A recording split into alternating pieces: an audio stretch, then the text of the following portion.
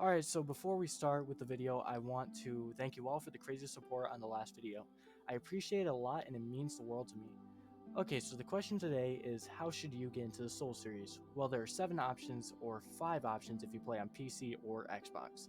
There's Demon Souls Remake or the original, which is a PlayStation exclusive, Dark Souls, Dark Souls 2, BloodBorne, which is a PlayStation exclusive, Dark Souls 3, Sekiro, and then finally Elden Ring. I'm going to run down the pros and cons for each game, but you can skip to the timestamps for specific games or just skip the PlayStation exclusives. Alright, starting with Demon Souls. I think the best thing is the atmosphere of the varied areas. Baltaria has its own feeling and theme, which is impressive with the amount of similar areas in future Souls games. The remake takes the areas to a whole new level, and the original is outdated, but that's the one I played and it's still held up in many regards, but not all. The omnidirectional rolling put in the remake is a blessing. If you don't know what that means, it basically allows you to roll in any direction. In the original, there's only up, down, left, right, which makes it feel more clunky. The remake just plays very well even by today's standards, but there's a lot of negatives including the confusing roll tendency, which you need a college degree just to understand. But for my understanding, I think just after you beat a boss, you should skydive in the Nexus. Another negative is the more gimmicky boss fights that are really easy, but there are a few good one-on-one fights. Then the last is that there are no checkpoints, so you always restart the area from where you began. There are shortcuts to remedy this, but I don't think it helps too much. For your first game, this isn't a bad option if you have a PS5, but I do not recommend the original for your first. Not bad, but I'd recommend a different PlayStation exclusive. Now for Dark Souls. The main pro to me is the world design, not necessarily the areas themselves, but how they are interconnected. I won't spoil anything, but sometimes the world design will put you in awe of where you end up and how you got there. There isn't omnidirectional rolling, which makes it feel more clunky, and the gameplay feels more turn-based compared to the more recent games. There are a wide variety of builds still, and the story for this game is amazing, so watch Vati videos for a deep dive into the story because I have no idea. The tutorial of this game is good for helping get down the basics of Dark Souls, and Dark Souls has some of the most iconic and best boss fights in the series. There are also plenty of videos online to help you get through your journey, plenty of Reddit threads for advice. The atmosphere is also amazing in Dark Souls, and it's very somber, but is not perfect as everyone says. The second half feels very rushed, very unpolished, and just very incomplete. The original PC port for this game as well is also just a complete mess. So if you want to get this game, it's not a bad idea because of the first half is one of the best experiences in all of gaming, but the second half sucks. Remember to never ever buy the original on PC at least, but even the original on console runs at very low frame rates in certain areas. So get the remaster and you will have barely any issues. But if you do play it and you choose to play it, remember, never go hollow. Well, Dark Souls 2 isn't a bad game. It has a lot of bad mechanics and a lot of enemy spam in the version I played, which is Scholar of the First Sin.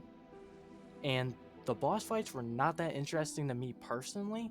It does have some pros like power stancing, the best main hub in the series, don't at me, and bonfire aesthetic, but not anything I could recommend you play this before any of the other ones. I only recommend to come back to this game after the rest so you don't ruin the series for you by playing the worst entry first. I think it's a pretty good game, but the rest of the games are just too perfect in comparison. But apparently the original version is better. I do not know how it runs on anything, but apparently it has less enemy spam, and oh, adaptability as a stat, it was stupid.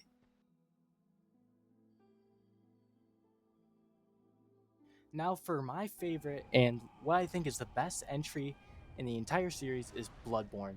I am very, very biased because it was my first Souls game I ever beat and my favorite, so obviously I'm biased. But even without that, it is still amazing. Like, it's an amazing game. Bloodborne's biggest pro is a tie between the setting and the gameplay.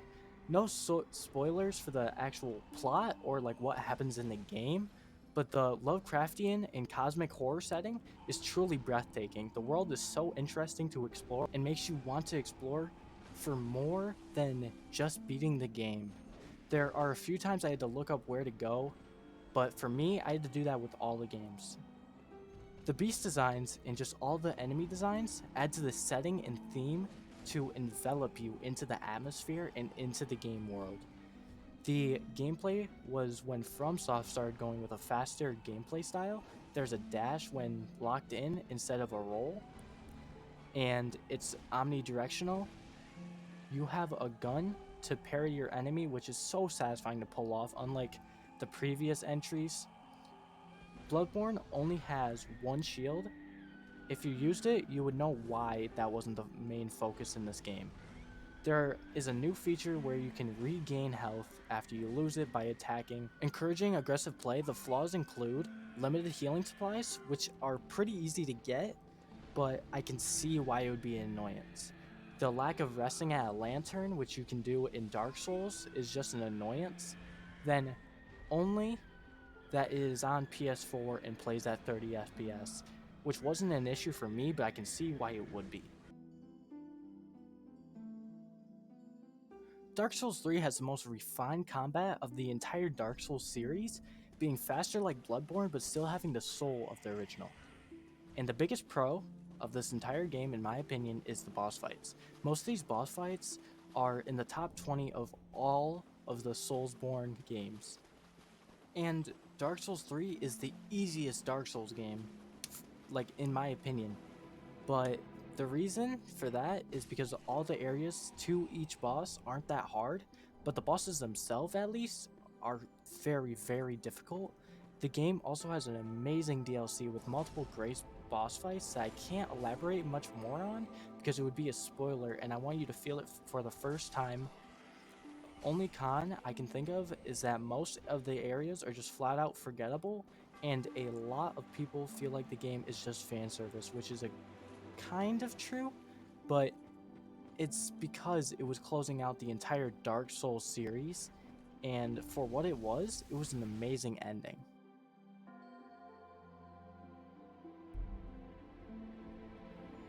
Alright, the game that isn't even considered a Soulsborne, but we have Sekiro Shadows Die Twice. Sekiro is the closest to perfect of a game in the series. The biggest pro has to be the gameplay. Sekiro feels like a dance following a rhythm, and is the hardest to learn, but the easiest to perfect. Because once you understand, it is pretty easy to go through the game. I would recommend Sekiro if you love going against human opponents, because that is most of the boss fights, and if you love the Japanese aesthetic.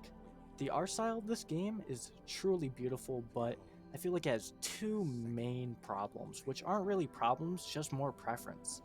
No build variety, and it will not help you with understanding or getting into other Souls games. The build variety isn't a big concern to me.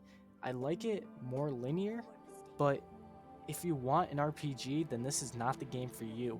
If you want a fun action rhythm and difficult game in Japan, then this is the game for you. If you want to play this game to help get into other Souls games, I'm sorry, but they are completely different.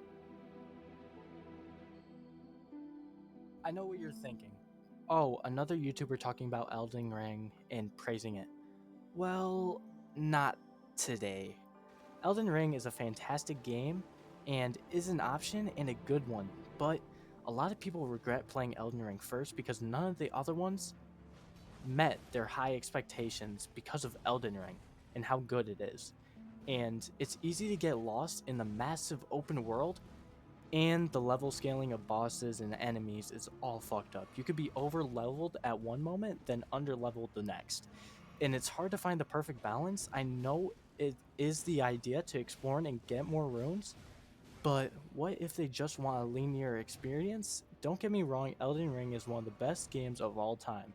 The open world, the story, the boss design other than the blatant reused boss fights, the gameplay, build variety, and the community is amazing. But I do not think it should be your first Souls game. Well, that's the end of the video. If you could like the video, it would be appreciated, and subscribe. Thank you so much for watching. Comment what game you started with, or if you have any questions, feel free to ask. Alright, Cummins is out. I love you all.